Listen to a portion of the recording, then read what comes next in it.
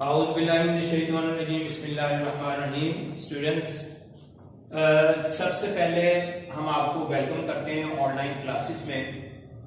जिस तरह आप सब बच्चों को पता है कि कोरोना की जो सूरत हाल है, जो सिचुएशन है पाकिस्तान में, उसको मद्देनजर रखते हुए गवर्नमेंट ने क्या किया है कि तमाम जितने भी तालीमी अदारे हैं उनको बंद कर दिया है और ये कहा है कि आप ऑनलाइन क्लासेस की तरफ चले जाएं। बिल्कुल ये वही प्रैक्टिस है जो हम पहले भी हमने की है। जब कोरोना वायरस की वजह से पहले तालीमी इदारे बंद किए गए थे तो हमने अपनी क्लासेस जो है वो ऑनलाइन क्लासेस को ही हमने बच्चों तक जो है वो ये सारी चीज़ें, सारी इंफॉर्मेशन, सारा नॉलेज जो है वो हम आप तक पहुँचाते रहे हैं।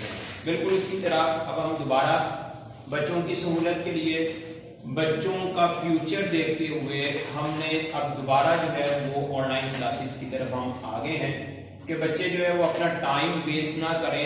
बच्चे जो है वो अपनी स्टडीज को उसी तरह कंटिन्यू रख सकें जिस तरह वो स्टडीज कर रहे थे, जिस तरह कॉलेज में वो आ रहे थे, क्लासेस अटेंड कर रहे थे और अपना काम कर रहे थे। इसी तरह जो है वो अपना काम उसको कंटिन्यू रखें। और हमें उम्मीद है कि आप जितने भी बच्चे इस टाइम इस लेक्चर को आप देख रहे हैं, सुन रहे हैं, वो आप इसके ऊपर जो है मुकम्मल तौर पे कॉन्सेंट्रेट भी करेंगे और उसके साथ साथ आप बच्चे जो है वो अपना घर का जो काम है, इसकी जो एक्सरसाइज है वो भी आप करेंगे।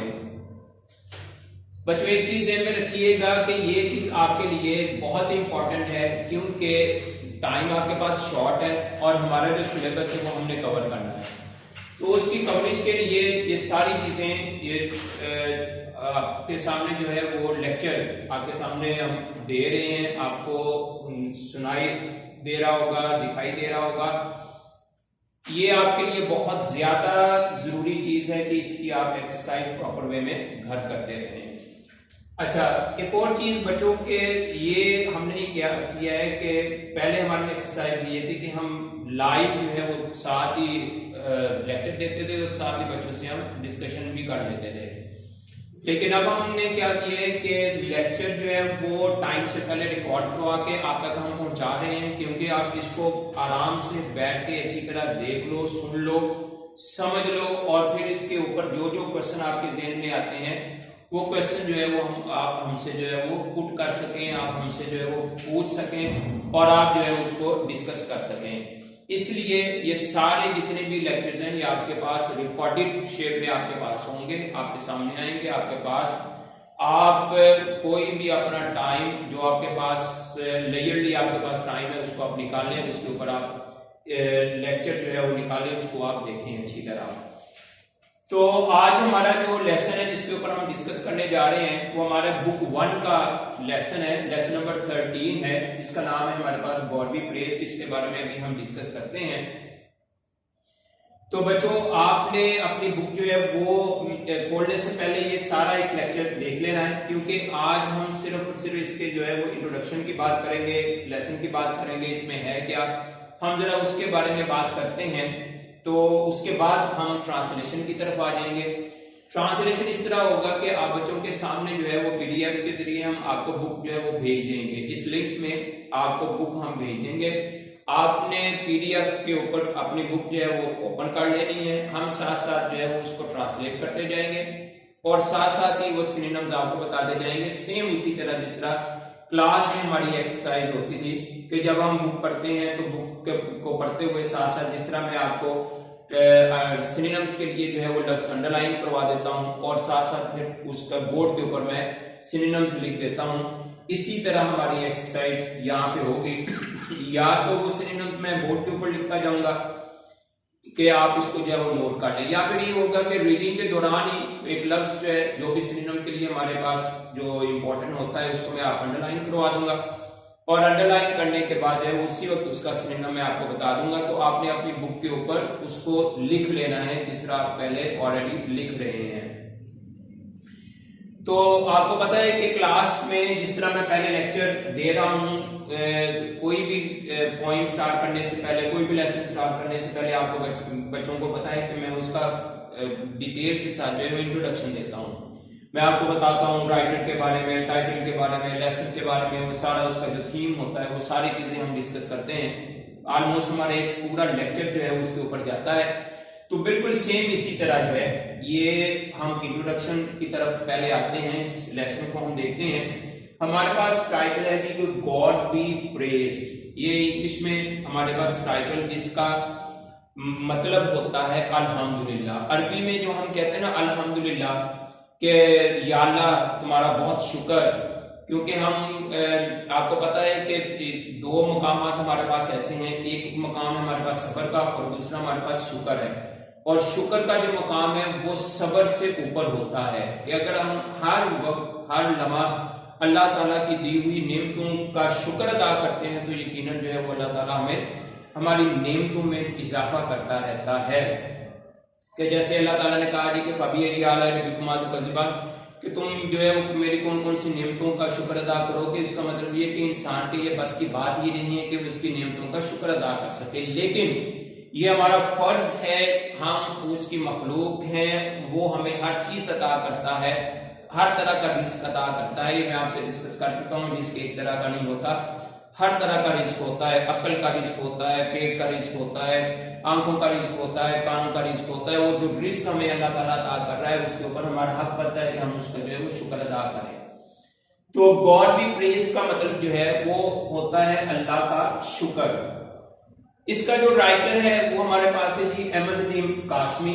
अहमदुद्दीन कासमी जो है वो हमारे पाकिस्तान के कुछ बहुत बड़े नाम जो हुए हैं जो राइटर्स में, उनमें अहमदुद्दीन कासमी का नाम आता है।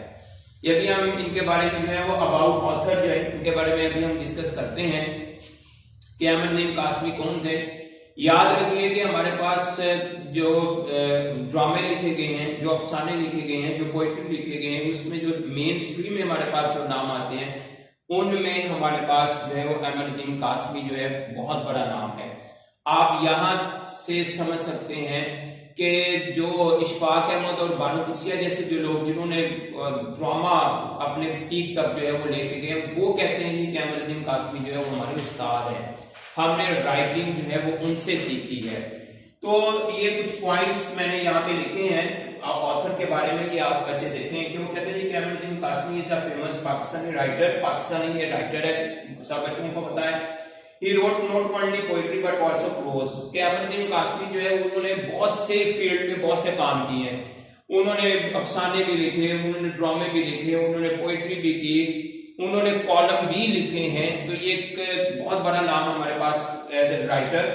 तो कह रही कि he is the founder of तरक्की पजीर तहरीक। ये तरक्की पजीर तहरीक के बारे में मैं थोड़ा सा आपको बता दूं कि जिस तरह हम लिटरेचर को देखते हैं तो हम देखते हैं कि जो 19वीं सेंचुरी थी, 19वीं सेंचुरी में हमारे पास जो एक नॉवल लिखना शुरू किया 19वीं सेंचुरी में, इससे पहले जो नॉवल या ड्रामा लिखा जाता था वो लिखा जाता था बादशाहों के बारे में, जो अपर क्लास के जो लोग होते थे उनकी ट्रेजेडी के बारे में लिखा जाता था। 19वीं सेंचुरी में हमारे पास इंग्लिश लिटरेचर में हमने देखा कि एक कॉमन मैन की जो ट्रेजेडी है, एक आम इंसान, कि आम इंसान जो है वो कौन कौन सी प्रॉब्लम्स को फेस कर रहा है, वो कौन सी बर्डन में, कौन सी परेशानियों में मुब्तला है, ये सारी चीजें जो है वो उन्होंने लिखना शुरू की। तो ये कॉमन मैन ट्रेजेडी कहलाई, जो कि 19वीं सेंचुरी में लिखना शुरू हुआ था।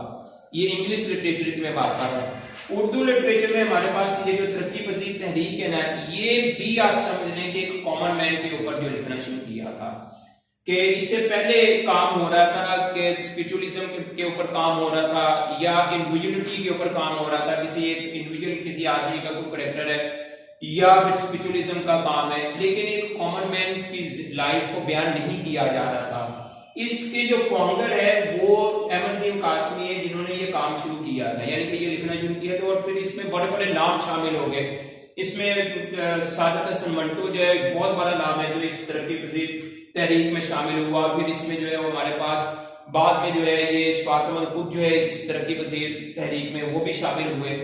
लेकिन इनका थोड़ा सा जाविया यहाँ पे, जिस तरह हमारे पास आते मुमताज मुफ्ती जो है, मुमताज मुफ्ती का ग्रुप और कुदरतुल्लाह शाह का और उसका इशफाक अहमद का ग्रुप थोड़ा सा अलग था, वो जरा स्पिरिचुअलिटी की तरफ आ गए थे। ये लोग जो है ये कॉमन मैन की लाइफ को बयान कर रहे थे। तो ये हमारे पास तरक्की पजीर तहरीक, ये इसके फाउंडर थे, इन्होंने काम शुरू किया था। उसके बाद हम आते हैं कि हमारे पास ये जो टाइटल है गॉड बी प्रेज्ड है, इसको हम देख लेते हैं। देखिए हमारे पास जो टाइटल है वो कहते हैं कि इन spite of leading a poor life maulvi Abul. मौलवी अबुल हमारा मेन कैरेक्टर है। अभी हम इसको कैरेक्टर की तरफ आएंगे तो हम इसको डिस्कस करेंगे। तो वो कहते हैं कि इसका जो मेन कैरेक्टर है, जो लीडिंग कैरेक्टर है हमारे पास, in spite of leading a poor life maulvi Abul always praises, कि हमेशा वो अल्हम्दुलिल्लाह कहता है। उसकी लाइफ जैसी भी है, उसकी लाइफ प्रॉब्लम्स में है, वो परेशानियों में है, वो बहुत सी चीजों को फेस कर रहा है। उसकी डोमेस्टिक लाइफ जो है वो हमने देखा है कि वो थोड़ी सी डिस्टर्ब हो गई है। क्यों? क्योंकि उसके बच्चे जो है वो बड़े हो रहे हैं, और जैसे जैसे बच्चे बड़े हो रहे हैं उनकी डिमांड्स भी ज्यादा बढ़ती जा रही हैं। अपनी डोमेस्टिक लाइफ को चलाने के लिए, रन करने के लिए मौलवी अबुल जो है वो बहुत सी परेशानियों में जो है वो मुब्तला हो चुका है। लेकिन इसके बावजूद उसकी जुबान से सिर्फ एक ही लफ्ज हमेशा निकलता है, और वो है अल्हम्दुलिल्लाह, कि या अल्लाह तेरा शुक्र है कि तुमने जो कुछ भी मुझे दिया है, मैं जो कुछ भी रखता हूँ, मैं जो कुछ भी करता हूँ, मैं जो कुछ भी पाता हूँ, वो सिर्फ और सिर्फ अल्लाह के करम से सारी चीजें पाता हूँ। तो इसलिए जो है वो उसका नाम ही जो है वो टाइटल के तौर पे हमारे पास आ जाता है अल्हम्दुलिल्लाह। ठीक है जी। उसके बाद हम आते हैं इस लेसन की तरफ, जरा आ जाते हैं कि लेसन में क्या कुछ दिया गया है, इसको हम देख लेते हैं। वो कहते हैं कि this lesson has been taken and translated from Ahmaduddin Qasmi's Urdu writings. पहले तो मैं आपको ये बता दूं राइटिंग्स का मतलब क्या होता है। राइटिंग्स का मतलब ये होता है कोई भी काम, कोई भी अदबी काम जो किया जाता है उसको राइटिंग्स कहा जाता है। तो मौलवी ये जो हमारे पास अहमदुद्दीन कासमी जो है, इसका जो काम था, जो राइटिंग्स यानी कि मजमुआ था, इन्होंने जो एक मजमुआ अफसानों का एक मजमुआ लिखा था जिसका नाम था सन्नाटा। ये सन्नाटा जो है उसमें से ये एक स्टोरी ली गई है और फिर उसको जो है वो ट्रांसलेट किया गया है। यानी कि आपको पता है कि जिस तरह मैं आपको बता रहा हूं कि अहमदुद्दीन कासमी जो है वो एक उर्दू के राइटर हैं। तो उर्दू के वो राइटर हैं, तो उन्होंने उर्दू में ही ये चीज लिखी थी। ये बाद में जो है इसको, क्योंकि खूबसूरत चीज एक नायत थी जो है वो मॉरल लेसन के हिसाब से बड़ी अच्छी चीज, तो इसको जो है वो ट्रांसलेट किया गया। और ट्रांसलेशन के बाद ये हुआ कि ये हमारे सामने हमारे सिलेबस में इसको शामिल किया गया। इनका जो मजमुआ था, जो राइटिंग्स का यानी कि जो अफसानों का जो मजमुआ था, उसका नाम था सन्नाटा। अच्छा जी, फिर क्या है कि अब हम आते हैं इस लेसन के थीम की तरफ, जो कि बड़ा ही इंपॉर्टेंट है, क्योंकि थीम से हमें पता चलता है कि बेसिकली जो हम लेसन पढ़ने जा रहे हैं, ये लेसन बेसिकली है क्या, यानी कि हम इस लेसन को क्यों पढ़ने जा रहे हैं, इस लेसन को हमने सिलेक्ट क्यों किया है, ये लेसन हमारे सिलेबस में शामिल क्यों किया गया, ये बच्चों को हमने क्यों पढ़ाना है, इसकी जगह पे कोई और क्यों लेसन नहीं आ सकता। तो इसकी जो थीम होता है, इसके थीम से हमें पता चलता है कि ये लेसन जो है वो क्यों हमने शामिल किया। तो देखें थीम हमारे पास ये है कि in this story the writer depicts का मतलब था बयान करना।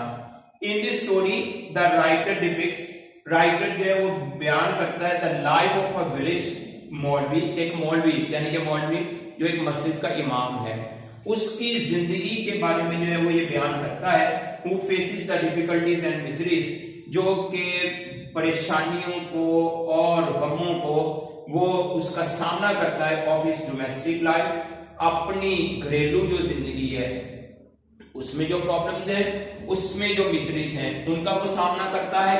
इज लो इनकम, मतलब कि उसकी जो इनकम है वो लो है, वो उसकी वजह से बहुत सी चीजों का जो है वो सामना कर रहा है। And about suitable matches of his daughters, matches का मतलब कि उसके जो प्रपोजल है, शादी के लिए जो प्रपोजल और फिर शादी करना, उसके लिए जो वो प्रॉब्लम्स जो फेस कर रहा है वो उसके बारे में बात की गई है। अच्छा बच्चों, इसमें क्वेश्चन एक यहाँ पे उठता है कि जब बच्चे ये सुनते हैं, जब हम उनको ये थीम बताते हैं तो वो कहते हैं कि सर बात ये है, ये तो हर शख्स ही करता है, यानी कि हर शख्स को देख लें, वो अपने डोमेस्टिक लाइफ को जो है वो फेस कर रहा होता है, उसमें जो प्रॉब्लम्स होते हैं, उसमें जो वरीज होते हैं, उसमें जो डिफिकल्टीज होती हैं, वो अपनी लाइफ में यकीनन जो है इस चीज का सामना कर रहा होता है। तो इस पे एक्स्ट्राऑर्डिनरी क्या चीज है जो हम इसको बयान कर रहे हैं, इसमें एक्स्ट्राऑर्डिनरी चीज हमारे पास ये है कि जिससे हम सबक सीखते हैं, जिससे हम मॉरल लेसन लेते हैं, वो हमारे पास क्या है, वो ये है कि इन तमाम परेशानियों के बावजूद, यानी कि मौलवी अब्दुल है, मौलवी अब्दुल ये जो है वहां के मौलवी हैं, एक मस्जिद के इमाम हैं, उनकी बेटियां जो है वो बड़ी हो रही हैं। और सबसे बड़ी बेटी जो है, अभी हम कैरेक्टर्स को डिस्कस करते हैं, तो बड़ी बेटी जो है उसके रिश्ते का प्रॉब्लम है, उसके पास पैसे कम है, लेकिन इसके बावजूद वो एक चीज उसके पास बहुत फॉर्म वे में है, बड़े मजबूती के साथ उसने इसको पकड़ा हुआ है, और वो क्या है, वो है गॉड बी प्रेज, यानी कि अल्हम्दुलिल्लाह, कि इन तमाम परेशानियों के बावजूद क्या है, इन तमाम परेशानियों के बावजूद वो कहता है जी अल्हम्दुलिल्लाह, या अल्लाह तेरा शुक्र है। हमें ये सबक मिलता है कि एक इंसान की ये it is against the dignity of man to have the complain against Allah, कि अल्लाह के खिलाफ जो है वो आप कोई शिकायत करते हैं, ये इंसान की डिग्निटी के खिलाफ है। कि जब वो गफूर रहीम है, वो राज़िक है, वो खालिक है, हर चीज जब अता करता है, तो फिर हम कौन होते हैं उसके खिलाफ कोई भी शिकायत करने वाले कि या अल्लाह ये नहीं है और वो नहीं है। ये तमाम चीजें हमें, ये मॉडल लेसन हमें यहाँ से जो है वो हमें मिल रहा है, यहाँ से ये मेन थीम में से। तो कैरेक्टर बेसिकली हमारे पास जो होते हैं ना बच्चों, वो याद रखिएगा, ये जो हमारे पास रिटन फॉर्म में जो चीजें होती हैं, जो राइटिंग में हमारे पास आती हैं, वो आती ही इसलिए कि हम उनको पढ़ के उनसे जो है वो इंस्पिरेशन लें, और हम उनसे इंस्पिरेशन लेने के बाद उनको जो है वो हम उस लाइन पे चलें जिस लाइन के ऊपर हमें राइटर बताना चाहता है। यानी कि हम जो है वो कंटेंटेड लाइफ की तरफ आ जाएं, साबिर शाकिर शुक्र करने की तरफ आ जाएं, हर चीज के ऊपर जो है वो हम शुक्र करें अल्लाह ताला का, कि या अल्लाह तेरा शुक्र है, हम उसके ऊपर साबिर भी रहें। हम जो है वो सिर्फ और सिर्फ अपने ज़राए को देखें, ना कि हम दूसरे ज़राए को देखें कि बाहर क्या हो रहा है, दूसरों के पास क्या है, दूसरे क्या कर रहे हैं, वो लाइफ किस तरह गुजारें। ये सारी चीजें हमें जो है वो देखने की जरूरत नहीं है। बेसिकली ये जो भी हमारे पास मॉडल लेसन के ऊपर जो एक लेसन दिया जाता है, एक सबक दिया जाता है, वो सिर्फ इसलिए दिया जाता है कि हम उसको जो है वो अच्छे तरीके से फॉलो कर सकें, हम उसको जो है वो फॉलो करके उस लाइन के, उस डायरेक्शन के पीछे चल सकें। अच्छा जी, उसके बाद है हमारे पास, अब हम आते हैं मेन पॉइंट्स, आप कह लें, या फिर हमारे पास जो है मेन कैरेक्टर्स कह लें आप। ये हमारे पास मेन पॉइंट्स है, ये मेन पॉइंट्स भी हैं, ये मेन कैरेक्टर्स भी हैं हमारे पास। पहले सबसे पहले मेन पॉइंट्स में हम आते हैं कि हमारे पास जो मौलवी अब्दुल है उनकी अपीयरेंस क्या है, क्योंकि इनकी अपीयरेंस के ऊपर जो क्वेश्चन पूछ लिया जाता है, इनके ऊपर जो है वो एक क्वेश्चन आ जाता है कि मौलवी अब्दुल की जो अपीयरेंस है वो क्या है। तो इनकी अपीयरेंस के ऊपर हम बात करते हैं कि अपीयरेंस जो है वो सबसे पहले जी कि वो क्या है कि वोर अ लाइट ब्राउन टर्बन, टर्बन कहते हैं पगड़ी को। मौलवी अब्दुल जो है, ये याद रखिए कि इनकी जो अपीयरेंस है जो हम अभी बयान करने लगे, ये इसी तरह ही है, इसमें किसी भी किस्म का कोई भी चेंज नहीं आता, इसमें किसी भी किस्म का कोई भी चेंज नहीं आता। चेंज आता है तो उस वक्त आता है कि जब मौलवी अब्दुल ने एब्लूशन करना होता है, यानी कि वुजू करना होता है। वुजू करने के लिए वो अपनी रिंग्स उतारते हैं, और रिंग्स उतारने के बाद वो अपने वुजू करते हैं, और वुजू करने के बाद जो है वो अपनी जो है वो रिंग्स जो है वहां पे दोबारा पहन लेते हैं। सिर्फ और सिर्फ ये चेंज है उनकी अपीयरेंस में, और कोई अपीयरेंस में चेंज नहीं है। वो एक टर्बन पहनते हैं, एक पगड़ी पहनते हैं भूरे रंग की अपने सर पर। उसके बाद है कि एक वॉकिंग स्टिक अपने साथ जो है वो लाजमी रखते हैं, और इनके जो वॉकिंग स्टिक है, जो उनके हाथ में वो जो छड़ी होती है, वो छड़ी उन्होंने बाकायदा डेकोरेट की हुई है। वो अपने हाथ में वो लिए असा, जिसे हम कहते हैं स्टिक, जो है असा हम कहेंगे, जो खुतबे के दौरान अक्सर जो है वो मौलवी हज़रात जो है वो उसको लेके खुतबा जो है वो देते हैं। बिल्कुल इसी तरह जो है वो उनके हाथ में जो है वो असा है, वो स्टिक है, वो जब भी चलते हैं, बाजार में जाते हैं, बाहर जाते हैं, घर से बाहर, उनके हाथ में वो असा होता है। नेक्स्ट हमारे पास उनके जो बाल है ना उनके, वो अपने बालों के लिए खुशबूदार तेल इस्तेमाल करते हैं, जिसे हम कहते हैं फ्रेगनेंट ऑयल जो है, ये खुशबूदार जो है वो तेल इस्तेमाल करते हैं। और उनके बालों की जो खुशबू होती है, जो वो तेल यूज करते हैं, वो इतनी तेज होती है कि जो इर्द गिर्द के जो लोग हैं उनको वो बाकायदा जो है वो महसूस होती है, और वो खुशबू जो है वो इसका इस्तेमाल करते हैं। और ये जो टर्बन है, ये पगड़ी जो है, ये इसको जो है मशहद लुंगी के नाम से याद किया जाता है। मशहद लुंगी इसलिए इनको कहा जाता है कि ये बेसिकली ईरान का एक शहर है मशहद। ये पगड़ी इनको वहां से जो है वो गिफ्ट के तौर पे आई थी और उसको पहनते थे, उसका नाम उसकी निस्बत से जो है उसको मशहद लुंगी कहा जाता है। अच्छा जी, ये होगी हमारी अपेयरेंस। ये आप बच्चों ने जेहन में रखना है, अपेयरेंस को बहुत अच्छी तरह अपने जेहन नशी कर लें क्योंकि इसके ऊपर जो है वो क्वेश्चन आते हैं। उसके बाद है कि हमारे पास मेन कैरेक्टर्स। अब मेन कैरेक्टर्स में हम आ जाते हैं। एक तो मौलवी अब्दुल, जिसको हमने डिस्कस कर लिया है, वो मौलवी है, गांव की मस्जिद के इमाम है और जो है वो मस्जिद के साथ इनको रहाइश जो मिली हुई है वहीं पे वो रहते हैं, फैमिली है, उनके बच्चे हैं, वो वहां पे रहते हैं और ये पूरा जितना भी लेसन है ये इनके घर के स्टोरी के इर्द गिर्द ही इस तरह घूमता है। नेक्स्ट हमारे पास है चौधरी फतेहदार। चौधरी फतेहदार जो है वो ये गांव का चौधरी है, हेड है और मेंबर ऑफ डिस्ट्रिक्ट बोर्ड भी है और हेड ऑफ द विलेज भी है। अच्छा, ये आप बच्चे ज़हन में रखिएगा कि जिस तरह हम कहते हैं ना कि किसी भी स्टोरी में एक मेन कैरेक्टर होता है और एक सेमी मेन कैरेक्टर होता है, यानी कि एक कैरेक्टर के साथ साथ दूसरा एक कैरेक्टर ऐसा चल रहा होता है जो स्टोरी को लेके चलता है, जो स्टोरी की कंप्लीशन के लिए जरूरी होता है। इसमें मौलवी फतेहदार वो कैरेक्टर है जो कि आप समझ लें कि मौलवी अब्दुल को चलाने वाला, लेके चलने वाला, पुश करने वाला, मदद करने वाला, ये जो है वो चौधरी फतेहदार है। ये चौधरी फतेहदार ही है वो कैरेक्टर जो कि हर लम्हा हर वक्त जो है मौलवी अब्दुल की जो है वो मदद करता है।